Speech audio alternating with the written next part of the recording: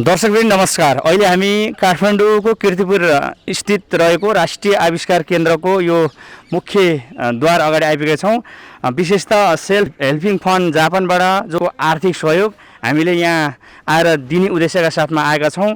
केही समयपछि हामी भित्र प्रवेश गरेर त्यो दिनेछौँ।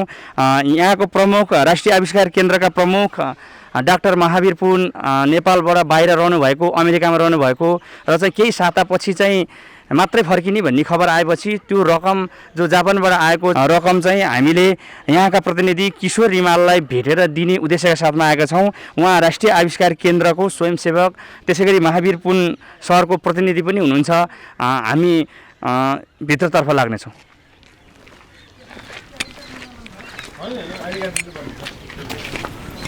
दर्शकवृन्द, अहिले हामी राष्ट्रिय आविष्कार केन्द्रभित्र आइसकेका छौँ।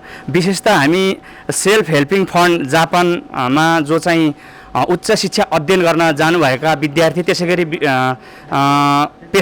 पेसाकर्मी जो चाहिँ कर्मचारी नेपाली आम नेपाली दिदीबहिनी दाजुभाइहरूले चाहिँ मातृभूमिलाई अक्सिजन भन्ने एउटा अभियान उहाँहरूले चाहिँ मे 13 तारिकदेखि मे 31 तारिकसम्म चाहिँ जो 18 दिनको लागि एउटा अभियान सञ्चालन गर्नुभएको थियो। त्यहाँबाट चाहिँ सबैजनाले आफ्नो तर्फबाट चाहिँ खानाको पैसा कटौती गरेर नेपालमा चाहिँ एउटा कोभिड-19ले विश्वव्यापी रूपमा नै एउटा चाहिँ ठुलो मानव इतिहासले नै चुनौती दिने ढङ्गले जसरी चाहिँ यो फैलिँदै गयो, त्यसको ठुलो मार चाहिँ नेपाललाई परेको र चाहिँ नेपालीहरू थुप्रै मात्रामा चाहिँ एउटा अक्सिजनको अभावमा हस्पिटल देख्न नपाइकन मृत्यु भइरहेको अवस्था यो विश्वभर रहेका नेपालीहरूले चाहिँ यो दर्दनाक दृश्यहरू देखे पछाडि जापानमा रहनुभएका जति पनि साथीहरूले आर्थिक सङ्कलन गरेर एउटा अभियान चाहिँ चालेर केही रकमहरू चाहिँ जम्मा पारेर हामीलाई पठाइदिनु भएको छ। हामी अहिले राष्ट्रिय आविष्कार केन्द्रभित्र छौँ।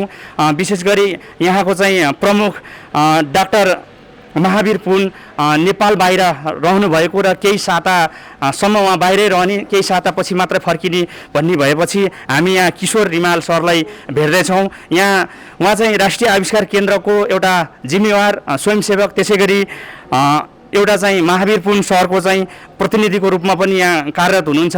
थुप्रै भोलिन्टियर साथीहरू यहाँ चाहिँ खटिरहनु भएको, काम गरिरहेको हामीले देखिरहेको अवस्था छ। विशेष गरी यो सेल्फिङ हेल्प फन्ड अभियन्ताहरू जस्तो रमिला राणा मगर, त्यसै गरी सञ्जिता हमाल ठकुरी, नारायण गिरी, गङ्गालाल जिआर, असीम खनाल, पूर्णबहादुर मगर, शिशिर सुर्खेती, एलिजा लामा, शङ्कर केसी, रविना दाहाल, निरु ठकुरी, भूमिका पाखरिन जो 12 जनाको टिमले एउटा अभियान जापानमा त्यो चलाउनु भयो। त्यस पछाडि एउटा आर्थिक सङ्कलनको कार्यक्रम पनि राख्नुभयो।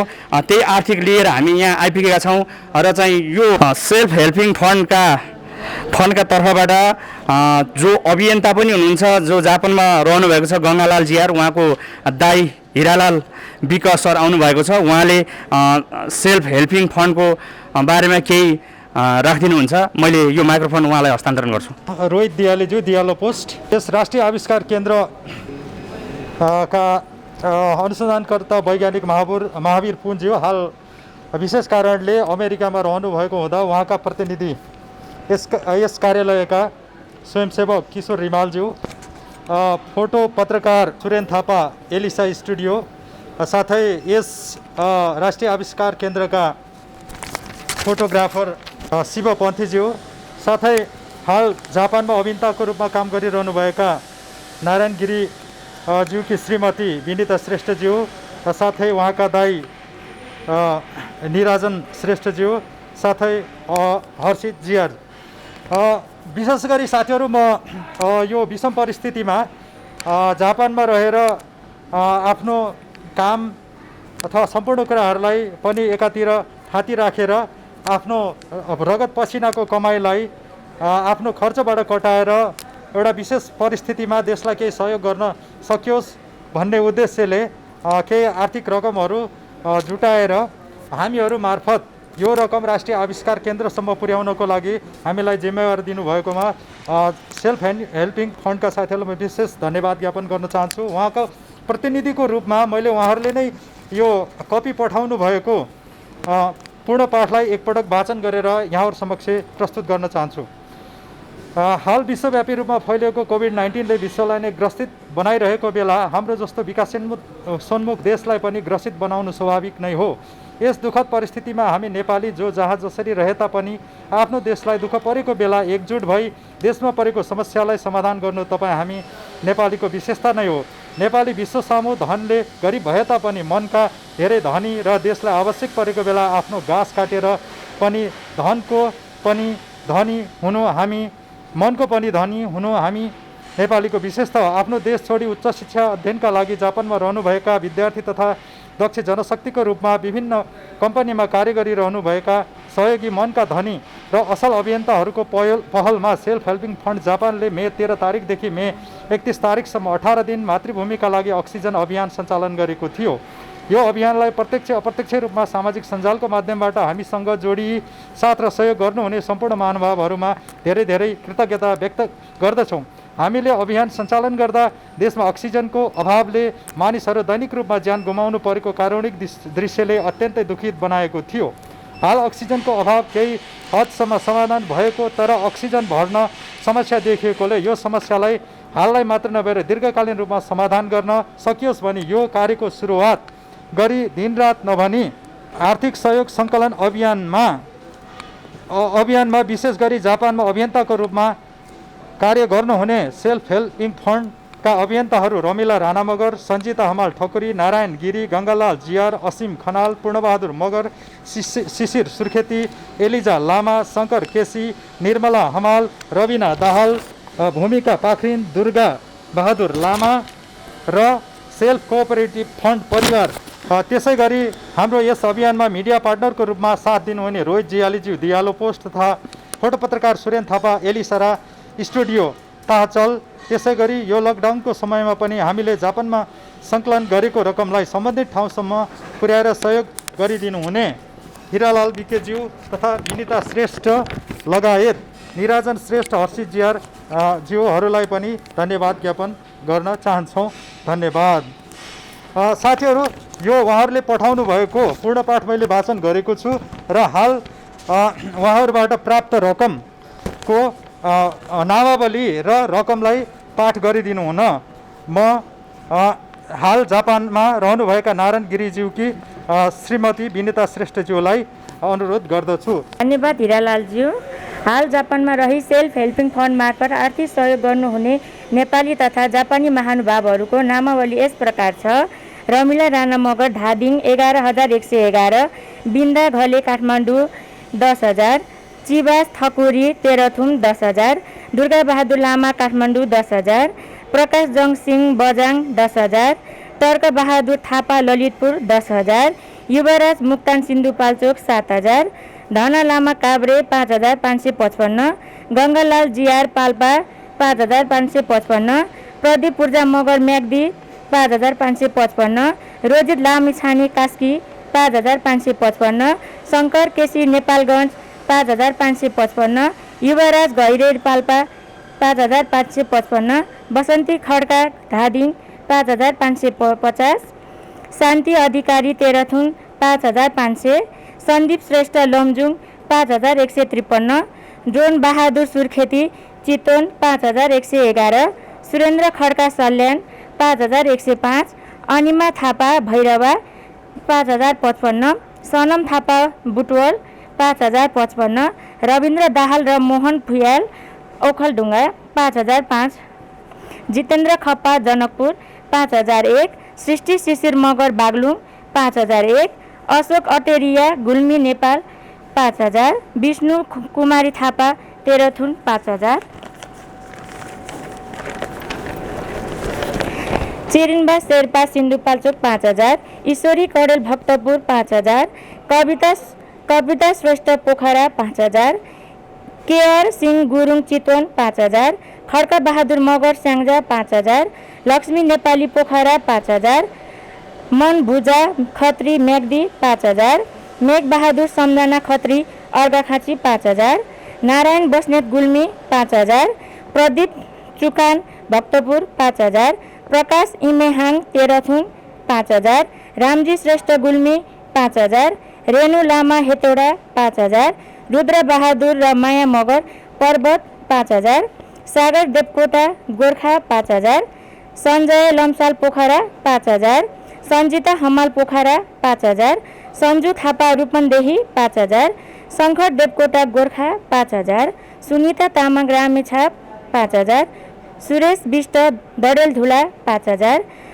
राजु नेहिमा भक्तपुर 4000, सुषमा घताने पोखरा 4000, असिम खनाल अर्घाखाँची 3517, प्रकाश जेठी साङ्जा नेपाल 3333, नारायण गिरी गुल्मी 3113, दीपसन श्रेष्ठ धरान नेपाल 3005, रोजित पाण्डे मोरङ 3005, अन्जना तामाङ लमजुङ 3000, अर्जुन ब्रोका रामेछाप 3000, विराट सुवेदी 3000, बुद्ध प्रिन्स गुरुङ स्याङ्जा 3000, चित्र खड्का इटहरी 3000, धन थापा चितवन 3000, एलिजा लामा काठमाडौँ 3000, हरिप्रसाद पौडेल पोखरा 3000, इन्द्रधन मगर पोखरा 3000, जगत साउद कैलाली 3000,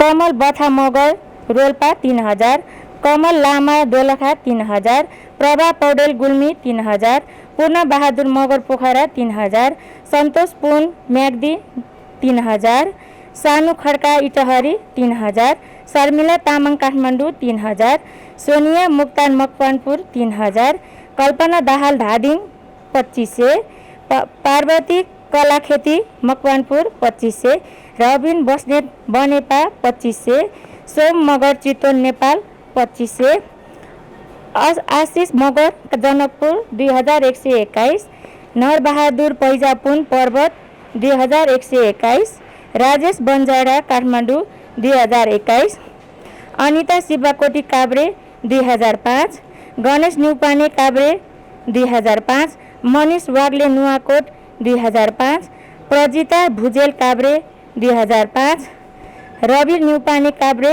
2005, रबिन गिरी पाँचखाल 2005, सङ्गीता हुमागाई काभ्रे 2005, सरोज न्युपाने नुवाकोट 2005, उमेश गिरी पाँचखाल 2005, अभिनय सापकोटा गुल्मी 2000, अस्मिता बोहरा रामेछाप 2000, बिमला हिताङ्गा पाल्पा 2000, बिना लामा काठमाडौँ 2000, विपना केसी नवलपर 2000, बुद्ध तामाङ सिन्धुपाल्चोक 2000, बुनु पाखिन महोत्तरी 2000, दीपक आचार्य खोटाङ 2000, ज्ञानेन्द्र घिमिरे ललितपुर 2000, महेश शर्मा बागलुङ 2000, नमुना बिक पोखरा 2000, निरन नियाजु भक्तपुर 2000, निर्मला ढकाल बागलुङ 2000, प्रश्न लामा ललितपुर 2000, प्रभा भण्डारी पोखरा 2000, रियाकी कुनवार पोखरा 2000, रूपा विष्ट काठमाडौँ 2000,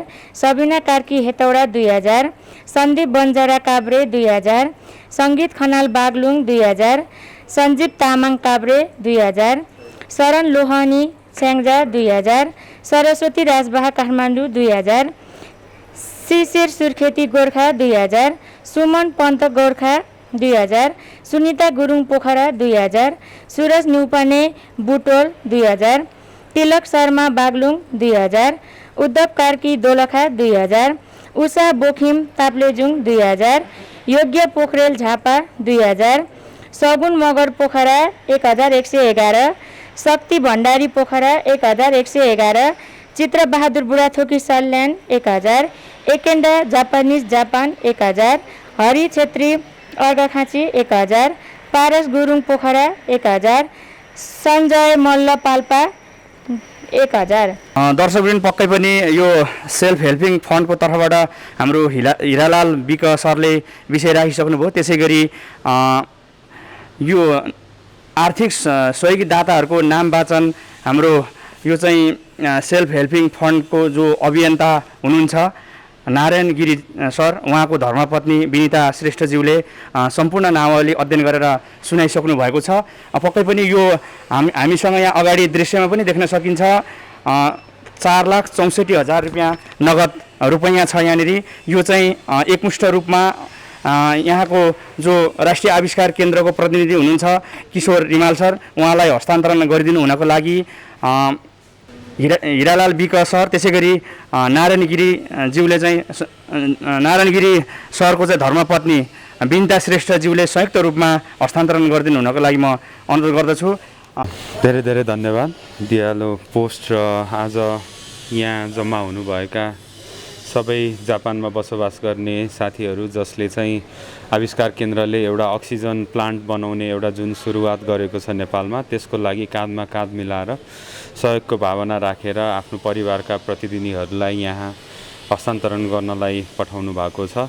उहाँहरूलाई हाम्रो हृदयदेखि नै धेरै धेरै धन्यवाद छ र यसरी नै आइरहेको सहयोगले नै आज राष्ट्रिय आविष्कार केन्द्र चलिरहेको छ र यहाँहरूको साथ सहयोग को अपेक्षा हामी गर्दै नै जानेछौँ र यो अहिले हस्तान्तरण गर्नुभएको रकम चाहिँ हामीले मिनी अक्सिजन प्लान्ट बनाउनलाई प्रयोग गर्नेछौँ र आगामी दिनहरूमा हामीले कुन कुन ठाउँमा मिनी अक्सिजन प्लान्टहरू बनायौँ, कुन कुन ठाउँमा अक्सिजन कन्सन्ट्रेटरहरू वितरण गऱ्यौँ, त्यो सबै जानकारीहरू हामी क्रमशः रूपमा गर्दै जानेछौँ।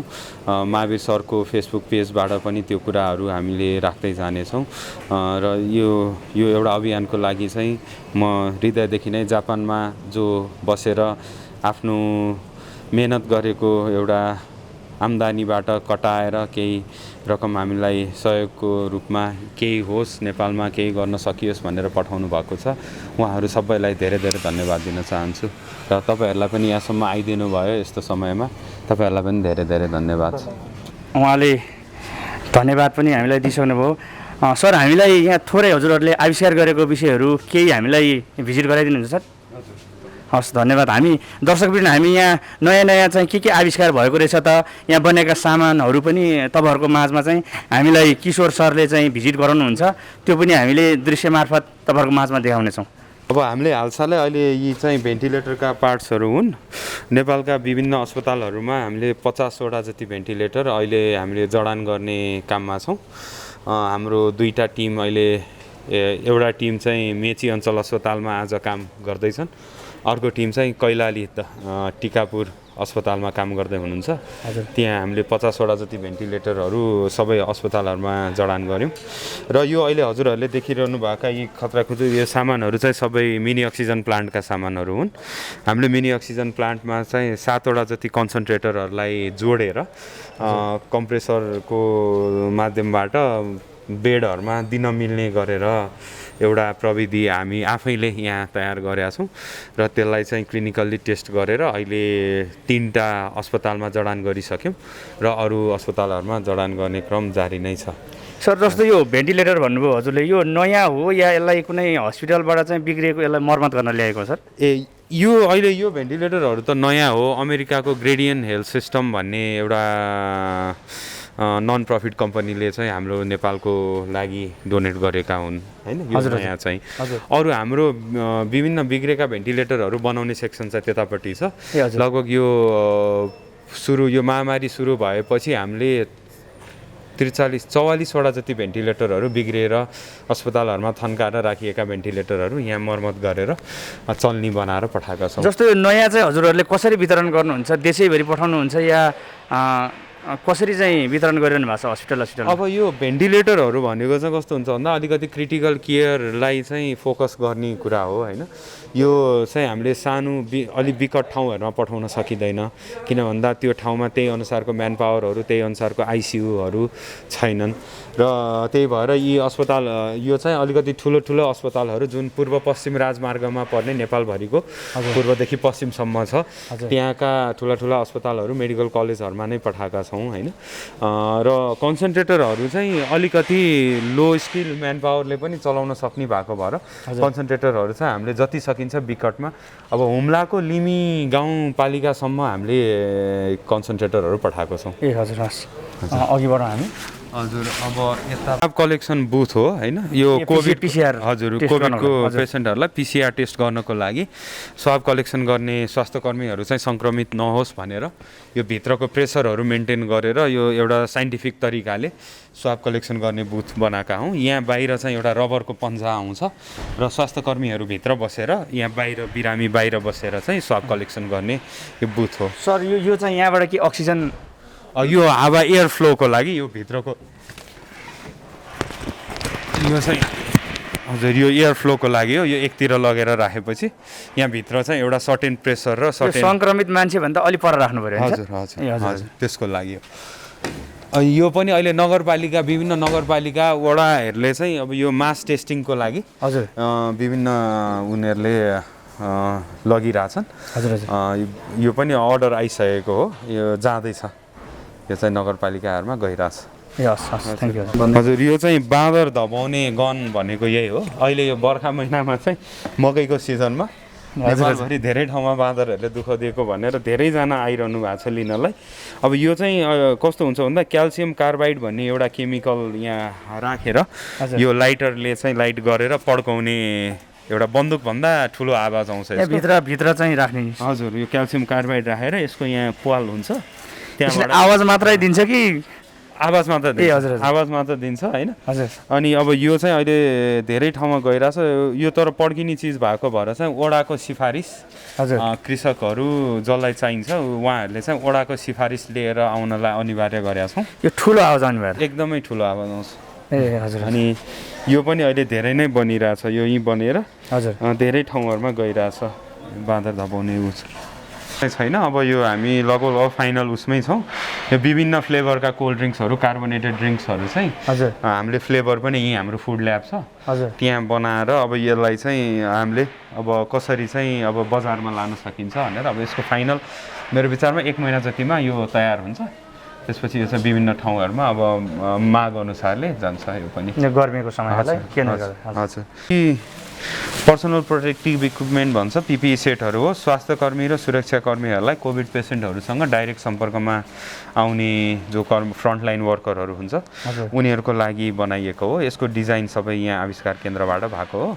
यहीँ बनेको सर यो बन्नलाई चाहिँ अब यो विभिन्न 3-4वटा गार्मेन्टहरूमा सिलाउँछन् होइन। तर यसको डिजाइनदेखि लिएर यसको फेब्रिकेसनहरू सबै हामीले सबै हिसाबले कोभिडबाट सुरक्षित यो टेपिङहरू छ बिचमा होइन। यो सिलाइहरूबाट पनि भित्र नछिर्ने गरेर त्यसरी बनाएको छ। यो लगभग यो पेन्डेमिक सुरु भएपछि हामीले विभिन्न नर्सिङ डक्टर नर्सहरू सुरक्षाकर्मीहरू पुलिसहरू आर्मीहरू अब स्वयंसेवकहरू नर्सिङका स्टुडेन्टहरू गरेर लगभग निःशुल्क सबैलाई वितरण गरिसकेको छ अहिलेसम्म।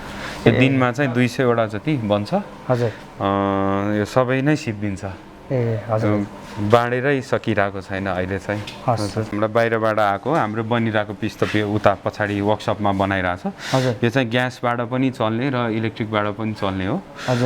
यसबाट चाहिँ अब हामीले चाहिँ यो विभिन्न कृषि समूहहरू विभिन्न गाउँपालिकाहरू जहाँ कफी खेती सामूहिक रूपमा हुन्छ त्यस्तो ठाउँहरूमा टार्गेट गरेर चाहिँ यो कफी भुट्ने रोस्टिङ मेसिन चाहिँ तयार पारेका छौँ। अब यसको नि भइरहेछ काम धेरै ठाउँमा अब अर्डरहरू आइरहेको छ। अब बिस्तारै यो अहिले यो कोभिड यो उसले गर्दाखेरि महामारीले गर्दा अलिकति स्लो भएको छ। यो पनि अब छिट्टै नै बजारमा आउँछ। यो TSR-सँग मिलेर हजुर एउटा गरेको थियौँ एउटा डेभलप गरेको थियौँ न्यानो नानी भन्छ यसलाई। यो भनेको बेबी वार्मर हो। यो भर्खर जन्मिएका बच्चाहरूलाई अब यो कम्प्लिट भयो होइन यो यहाँ बकेट बस्छ हजुर यहाँ बस्छ अनि यहाँबाट चाहिँ उसलाई बच्चालाई चाहिने तापक्रम एउटा कन्ट्रोल गरेर यहाँ बच्चालाई चाहिँ एउटा तापक्रममा राखेर स्टेबल गराउने। यो हस्पिटलमा रहँदा या घरमा पनि प्रयोग गर्न सक्छ? यो हस्पिटलमा हो। हस्पिटलमा यो बर्थिङ सेन्टरहरूमा हाम्रो लगभग 12-15वटा जति बर्थिङ सेन्टरहरूमा चलाउन थालिसक्नु भयो।